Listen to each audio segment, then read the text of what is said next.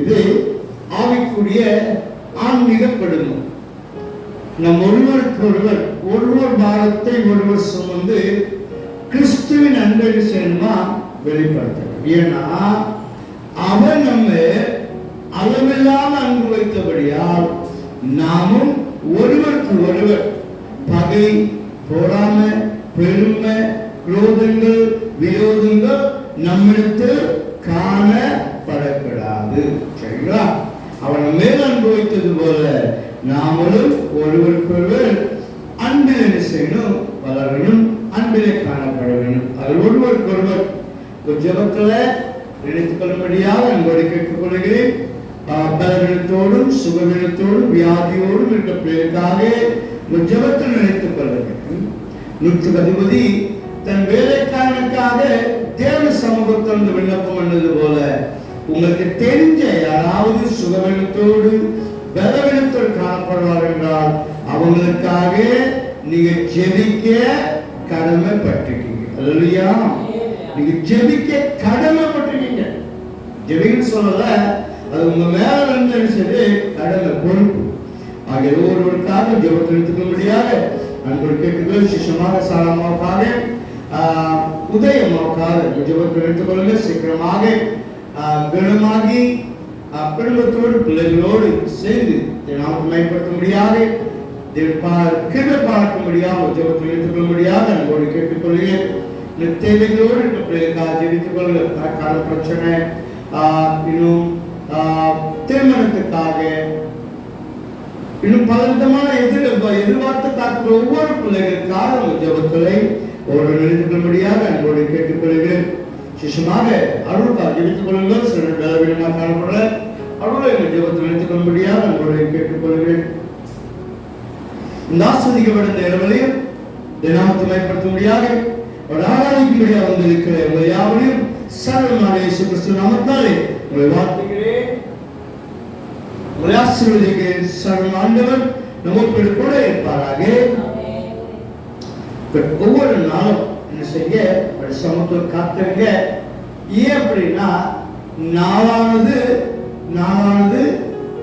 பயங்கரமா இருக்கபடியா வருகிற நாட்கள் வருகிற நாட்கள்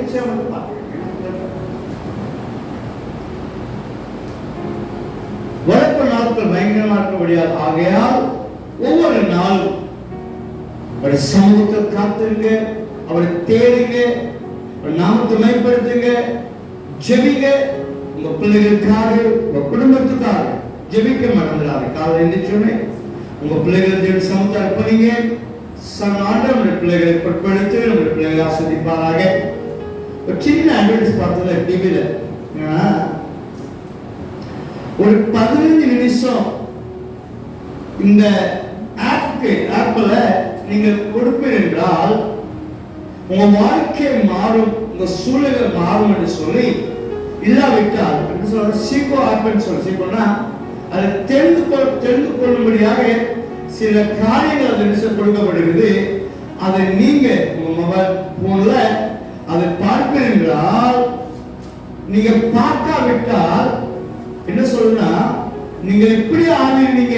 நீங்க பார்க்காவிட்டால் இப்படி ஆவீங்க. நீங்க பார்த்தீங்கன்னா உங்க வாழ்க்கை மாறும் என்று சொல்லி அதை போட்டிருக்கிறோம்.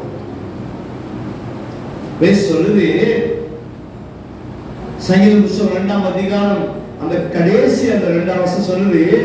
சங்கீத புஸ்தகம் 2ஆம் அதிகாரம் செகண்ட் வசனம், குமாரன் கோபம் கொள்ளாமலும் நீங்கள் வழியில அறியாமல் இருப்பதற்கு அவரை முத்தம் செய்யுங்க.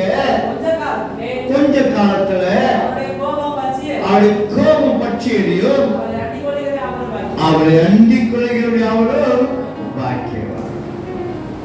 குமாரன் உங்க கிரிய நிமித்தம், உங்கள் செய்கை நிமித்தம், உங்கள் தொழில் நிமித்தம் கோபப்படாதபடி ஒவ்வொரு நாளை முத்தம் செய்யும். மல்கியா தீர்க்க புஸ்தகம் 3ஆம் அதிகாரத்தை சொல்லப்படுகிறது. மல்கியா தீர்க்க புஸ்தகம் 3ஆம் அதிகாரம் 13ஆம் வசனம் சொல்லுது, தேவனை சேவிப்பது விடுதான், ஐயா ஆண்டவர்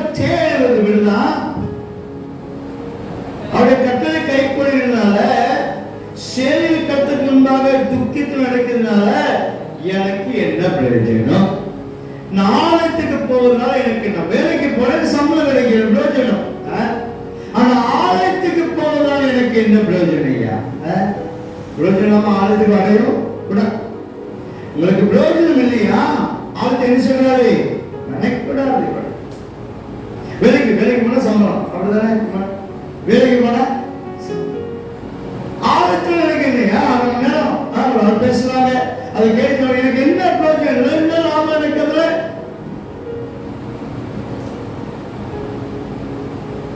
இன்னைக்கு அநேக மற்ற உலக பிரமண காரியத்துக்கு கொடுத்த முக்கியத்தை பார்க்கிறோம், ஆலயத்துக்கு கொடுப்பது இல்லை. ஏன் அப்படின்னா ஆலயத்தை பற்றி என்ன செய்ய இன்னும் முழுவதுமாக நான் வேலைக்கு போறையா, 8 மணி நேரம் வேலை செஞ்சா எனக்கு எழுது சம்பளம் வருது, 1 மணி நேரம் சின்ன வேலை பார்த்தா எனக்கு சம்பளம் வருது. ஆலயத்துக்கு போனா எனக்கு என்ன லாபம்? எனக்கு என்ன லாபம்? நம்மளுடைய வாசிங்க அந்த ஏசாதிகம் 30 வாசிக்கிறோங்க. ஏசாதிகம் 30 நீங்கள் வலது கொண்டு சாயும் போது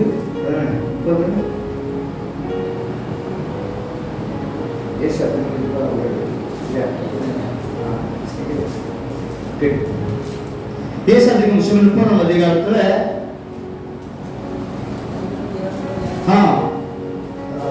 நீங்கள் 21 நீங்கள் வலதுபுறமாய் சாயும் போது இடதுபுறமாய் சாயும் போது வழி இதுவே, இது நடவுங்கள் என்று உங்களுக்கு பின்னால் சொல்லும் வார்த்தைகள் காதுகளை யார் சத்தம் கேட்கும்? அங்க முன்னால் சொல்லுது வாசிங்க. ஆண்டவருக்கு துன்பத்தை அப்பத்தை உபத்திரத்தை ஏற்படுத்தாலும்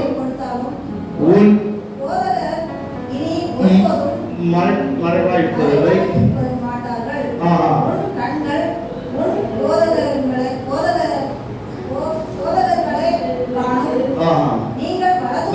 உன் கண்கள் போதலுக்கானும் நீங்கள் வலதுபுறமும் இடதுபுறம் சாயும் போது எப்ப அது நடக்காதீங்க, இதுல நடக்குதுன்னு சொல்லி உங்கள் போதலுடைய சத்தம் செய்யுமா உங்களுக்கு கேட்கும். யாருக்கு? ஆலயத்துக்கு வருகிறது. ஆலயத்துக்கு ஏன் ஆலயத்துக்கு வருவதையா? யாருக்கு எனக்கு என்ன லாபம்? எனக்கு என்ன லாபம்? சொல்லுது அவர் நமக்கு இறங்கும்படி நம்முடைய ஆலயத்துல நமக்கா காத்துறா. நான் எப்பெல்லாம் ஆராதிக்கிறோமோ அப்பெல்லாம் சில ஆண்டுகள் நமக்கு அசைவாடுகிறவராக இருக்கிறார். அசைவாடுகிறார். அதான் மளிகை அதிகத்துல மறுபடியும் வாசிங்க. இந்த மளிகை அதிக விஷயம் 3ஆம் அதிகாரத்துல 15ஆம் வசனம் வாசிங்க. இப்பொழுதும் யார சொல்றாரு? ஆலயத்துக்கு எனக்கு என்ன லாபம்? ஆண்டவர் தேடுறதுனால எனக்கு என்ன லாபம்? நான் என் பிள்ளைகள் தேடி சமத்துவம் காத்து எனக்கு லாபம் சொல்லிட்டு சொல்றாங்க. இப்போ தீமை செய்கிறவர்கள் நல்லா இருக்காங்க. அல்லேலூயா. நான் ஜெபித்து தான் பார்க்கிறேன், ஆளுக்கு போய் தான் பார்க்கிறேன், ஒரு பிரயோஜனம் வாழ்க்கையில மாற்றமே இல்லை. அதனால நான் சொன்ன ஆளுக்கு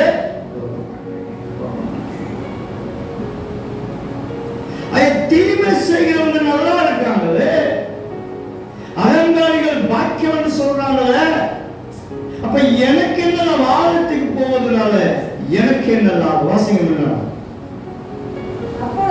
அப்பொழுது கர்த்தருக்கு பயந்தவர்கள் ஒருவர் பேசிக் கொள்வாங்க. கர்த்தர் கவனித்து கேட்பார்.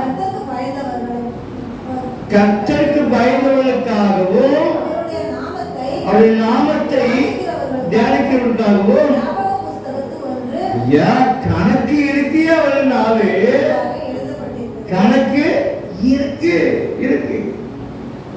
ஐயா சும்மா ஆலயத்துக்கு வருவது இல்லையா?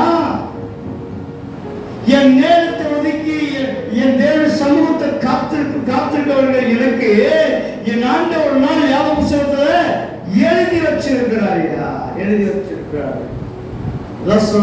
கர்த்தருக்கு காத்திருக்கிறவர்கள் ஒருபோதும் வெட்கப்பட.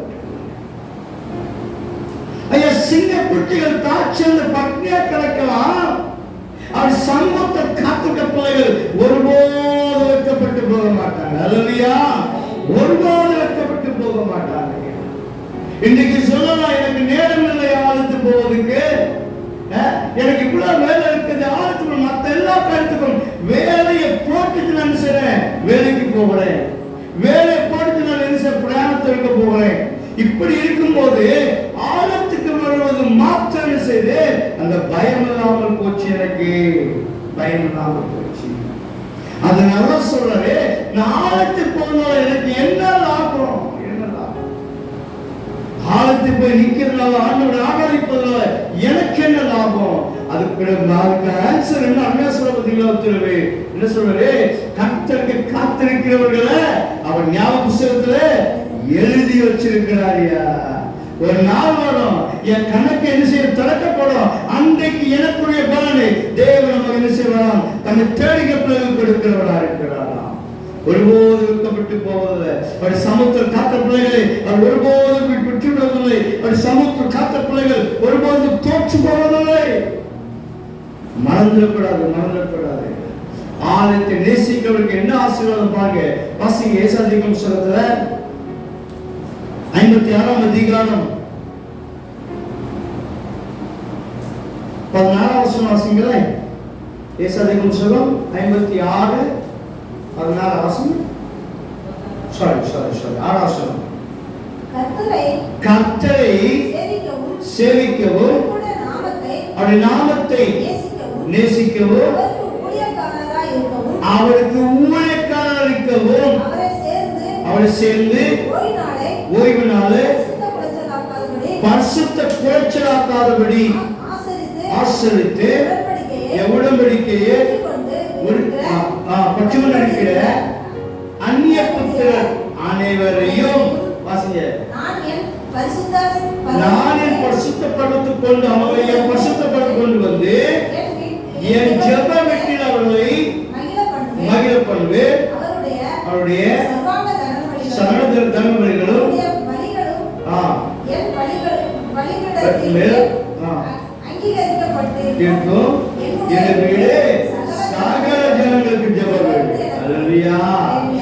சமூக தாகத்தோட பிள்ளைகளுக்கு, அவர் சமூக எதிர்பார்த்தோட பிள்ளைகளுக்கு தேவன் கொடுக்கிற ஆசீர்வாதம் அவர் நினைச்சவன் ஜெபப்பட்டு வந்து மகிழப்படுவேன். அதான் சொல்ல, நான் ஆழத்துக்கு வர முடியாது, விரும்பினாலும் வர முடியாது.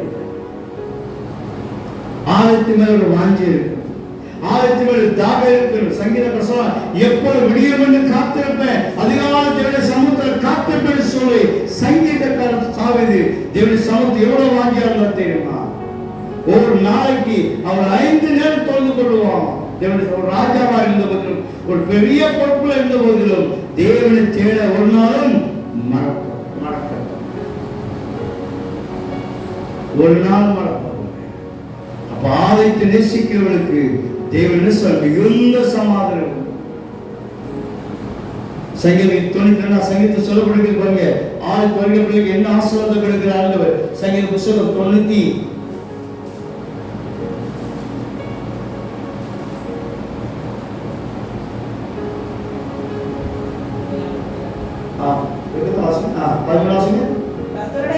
கர்த்தருடைய ஆலயத்திலே நாட்டப்பட்டவர்கள் எங்கள் தேவனுடைய பிரகாரங்கள் இல்லையா? ஆலயத்து வந்தது என்ன அப்படின்னு எனக்கு ஆலயத்துக்கு போனா எனக்கு என்ன லாபம்? என்ன லாபம்? என்ன சொல்றது? என் ஆலயத்தை கூட்டிக்கு வந்தவர்களை மகிழ பண்ணு சொன்ன ஆண்டவர் என்ன சொல்ல பாருங்க. கர்த்தருடைய ஆலயத்தில் ஆக்கப்பட்டவர்கள் தேவனுடைய பிரகாரங்கள் செலுத்திருப்பாங்க. ஒரு நாள் குறைப்படுவது. அதான் சொல்றது அந்த சங்கீத புத்தகம் 1ஆம் அதிகாரம் சொல்லுது, அவன் நீர்க்காவா ஊடமா நடப்பட்டு தன் காலத்தில் கனி தந்து இள மரத்தை போல இருப்பான். அவன் செய்வதெல்லாம் வாய்க்கும். ஆலயத்தில் நாட்டப்பட்டவருடைய வாழ்க்கையை தேவன் கொடுக்கிற ஆசீர்வாதம் அந்த சங்கீதம் புஸ்தகம் 64ஆம் அதிகாரத்தில் சொல்றாங்க. ஏசாயாவின் புஸ்தகம் 64ஆம் அதிகாரம் 4 வசனம் வாசிங்களேன். ஏசாயாவின் புஸ்தகம் 64ஆம் அதிகாரம் 4 வசனம் வாசிங்க. 64:4. தேவனே முதல்ல என்ன சொல்ல பாருங்க, ஆண்டவரே தேவனை சேவிக்கவும் அவருக்கு பயந்து எனக்கு என்ன லாபம் உண்டு. ஆனா இங்க தேவன் கொடுக்கிற உத்தரவு என்ன சொல்ல பாருங்க, தேவனே உமக்கு காத்திருக்கிறவர்களுக்கு நீ செய்பவர்களை நீரே இல்லாமல் உலக தோற்றம் முதல் கொண்டு யாருக்கும் தெரியாது. சமுத்திர காத்தல் பிள்ளைகளுக்கு தேவன் கொடுக்கிற ஆசீர்வாதம் உலக கண்கள் பார்ப்பதில்ல, அது கண்டதில்லையா. அவன் தேவனுடைய ஆலயத்துல நாட்டப்பட்ட அவன் செழித்து ஓங்கி வளர்வாங்க. யாருக்கும் தெரியாது ஆசீர்வாதம். சமூகத்தை காத்துக்க மட்டும்தான் தெரியும். சில குட்டிகள் தாய்ச்சல் பட்னியா இருக்கலையா, சில குட்டிகள் ஒருபோது பட்னியா இருக்க போதில்ல, ஒருபோது தாய் பட்னியை விட போதில்ல. அந்த சிங்கமும் அந்த சிங்க குட்டிகளும் தாய்ச்சல் பட்னியா இருக்கும் போதும் கர்த்தர் சமூகத்தை காத்துக்க பிள்ளைகள், அவருடைய தேட பிள்ளைகள் ஒருபோது வெட்கப்பட்டு போக விட மாட்டாங்க. ஏசாயாவின் 40ஆம் அதிகாரம் அந்த கடைசி பேஜ் வாசி. ஏசாயாவின் 40ஆம் அதிகாரத்துல கடைசி வாசிங்க, புத்தகம் வாசிங்க. 40 கடைசி வசனம். கர்த்தருக்கு காத்திருக்கிறவர்களோ புத்தகம் நடந்து கழுகை போல செட்டில் அடித்து எழும்புவார்கள். அவர் ஓடினாலும் நடந்தாலும் சோறு. அல்லேலூயா. நீங்க அவர் சமூகத்தை காத்திர பிள்ளைகளுக்கு என்ன சோறு, என்ன சோறு. இங்க வந்தாலும் எல்லாமே வெளியே வரும்.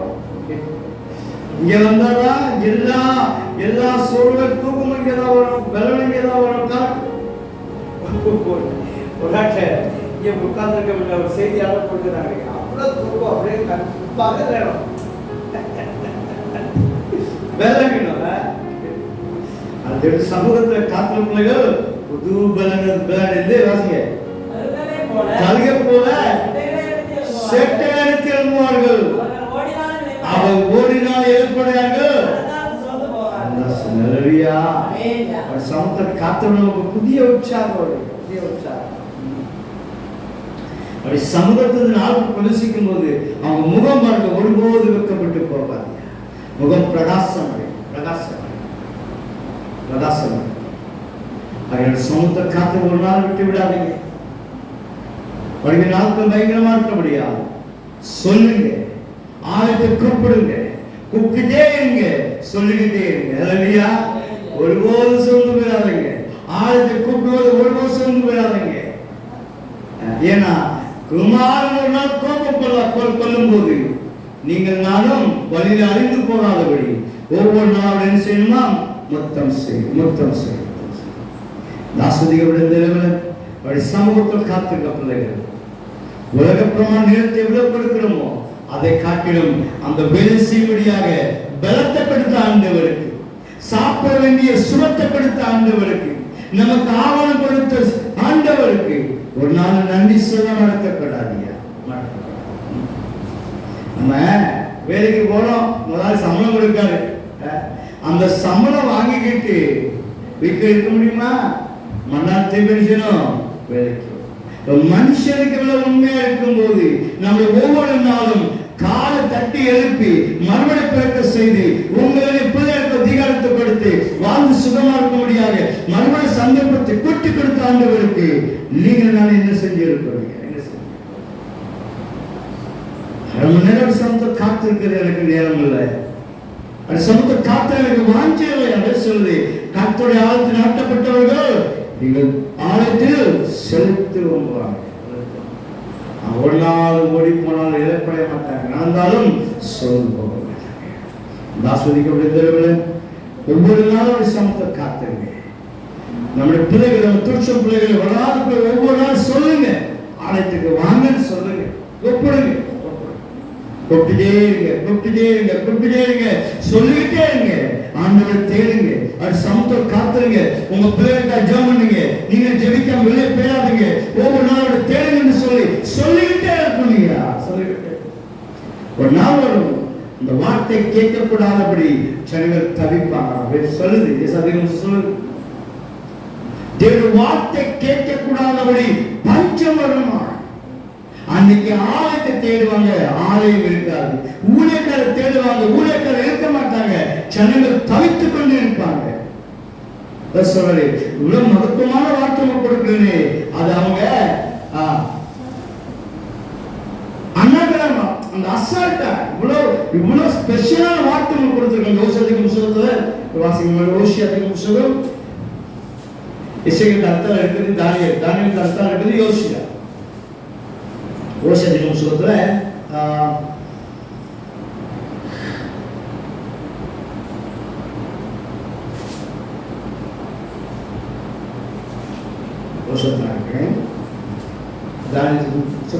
ஓசியா இருக்குது.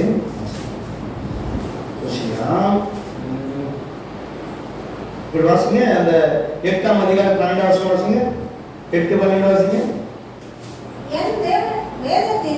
என் வேதத்தின் மகத்துவங்களை அவங்களுக்கு எழுதி கொடுத்தேன். அவைகளை அந்நிய காரியமாக இவ்வளவு பெரிய ஸ்பெஷலான வார்த்தை கொடுத்திருக்கேன். எனக்கு காத்திருக்கிறவர்கள் ஒரு நாள் வெட்கப்பட்டு போக மாட்டாங்க. என் வார்த்தை தியானிக்க பிள்ளைகள் ஒருவர் சோர்ந்து போக மாட்டாங்க. என் சமூகத்தை காக்கிற பிள்ளைகள் ஒரு நாள் இழப்பட மாட்டாங்க. என் சமூகத்தை காக்கிற பிள்ளைகள் அவங்க தேவனுடைய ஆழத்தில் நாட்டப்பட்டவர்களாக செலுத்துவங்க சொல்லி இவ்வளவு மகத்தோட வார்த்தை கொடுத்திருக்கிறேன். அதை அவங்க என்ன செஞ்சாங்க? அந்நிய காலமாக மாற்றிட்டாங்க. அதனால் என்ன பாருங்க வசனம் வாசிங்க. அதனால்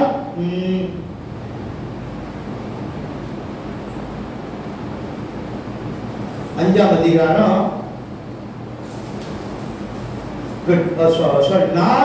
4 வசனம். என் ஜனங்கள்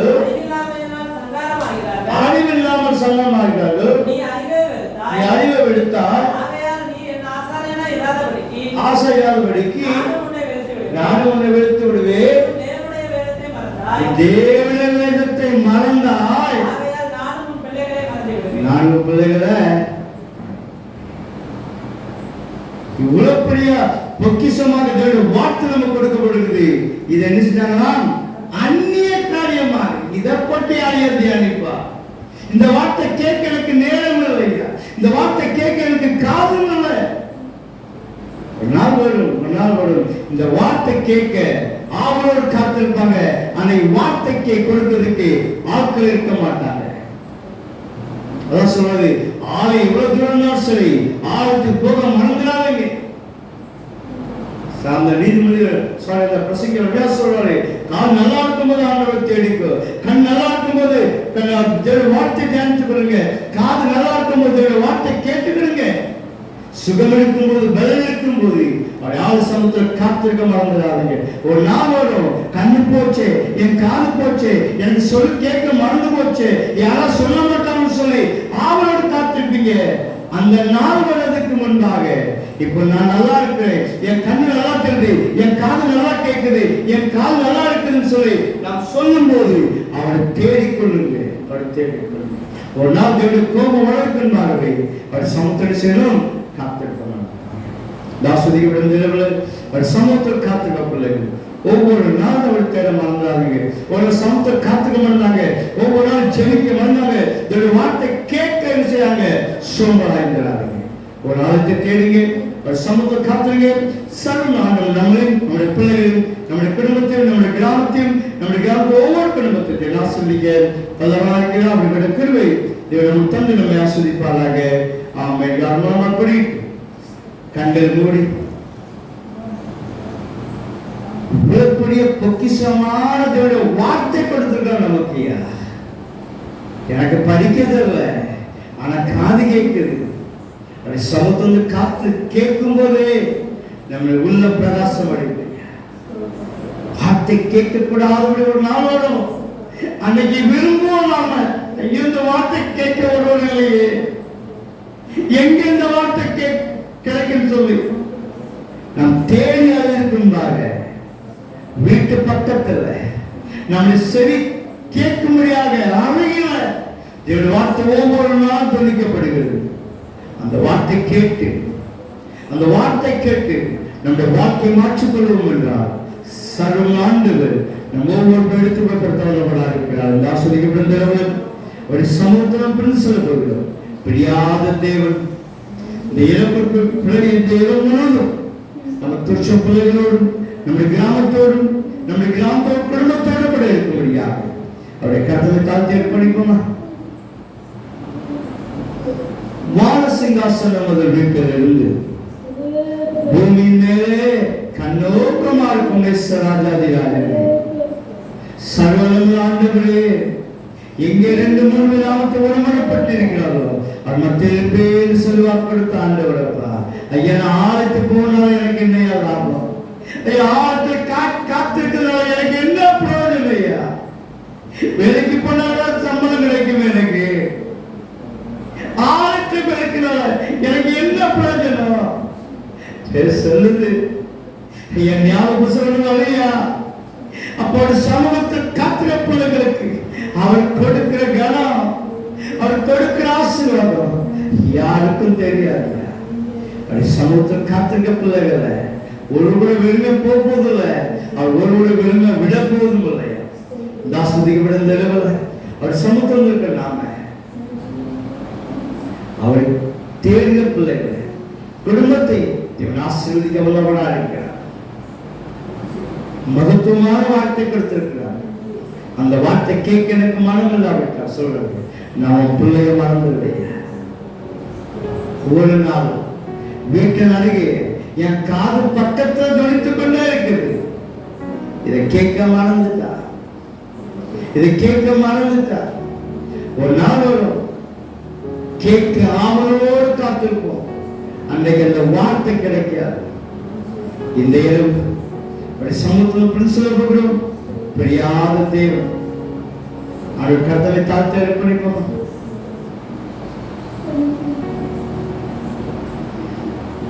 வாதையுந்த கூடாரத்தை அணுகாதே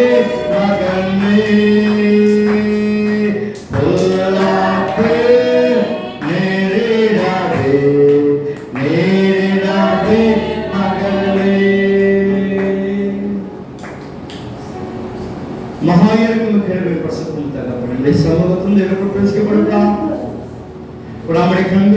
கண்களுக்கும் சத்துவங்களுக்கும் அந்த சக்திகளுக்கும் கொள்ளை நோக்கி விச ஜந்துகள் விச கேள்விகள் எங்க கிராமத்துக்குள் விளையாடுறா. எங்க கிராமத்து 4 முட்கள் தூரட்டு பாதுகாத்துக்கணும். ஒவ்வொரு வீட்டை சுற்றி பாதுகாத்துக்கணும். உங்க செட்டு நிழல்ல அப்ப எங்க திருச்சம் பிள்ளைகள் கிராமத்தோட ஜனங்களேப்பா அப்பா படிக்க வைங்கப்பா, நல்ல தூக்கத்தை கொடுங்க. துன்பத்தோடு பேச மாட்டோம். நாட்கள் பொல்லாத நாட்கள் முடியாது. கொடுக்கப்பட்ட காலங்கள் பிரயோஜனப்படுத்த முடிய செய்யப்பா. செட்டில் படுக்க போடும், நல்ல தூக்கத்தை கொடுங்கப்பா. துன்பத்தோட பேசுங்க, மறுப்பை வெளிப்படுத்தி காட்டுங்கப்பா. இந்த இரவுல உடைய வருகை இருக்கும் என்றால் உடைய வருகை எடுத்துக்கொள்ள விட ஆயத்தப்படுத்துங்க. இந்த இரவுல உடைய வருகை தாமதிக்கும் என்றால் நாளை தினத்துல அதிகால வேலை துதிக்கும் துதியோட எழுந்து எங்களுக்கு அனுகிரகம் பண்ணுங்க, கிருபை செய்யுங்க. இயேசு கிறிஸ்து நாமத்தினால பிதாவே, நான் பார்த்து ரட்சகம் வேண்பக்கம் ஆடையே பேரான்பை கோரே தாண்டவா சாட்சி குருவே சிலுவை அண்டையில் நம்பி வந்து நிற்கையில்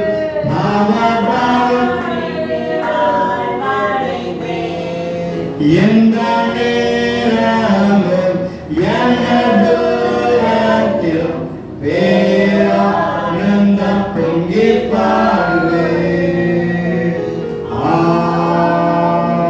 ஆமென். என் ஆத்துமாவே சோஸ்திரி, என் உலகமே சோஸ்திரி, என் ஆத்மாவை கர்த்தர் செய்த சகல நன்மையும் மறவாது. கர்த்தர் உங்களோடு கூட இருப்பாராக. தேவனுடைய சமாதானத்தையும் தேவனுடைய ஆசீர்வாதத்தையும் பெற்றுத் சொல்லுவாங்க. ஹல்லேலூயா.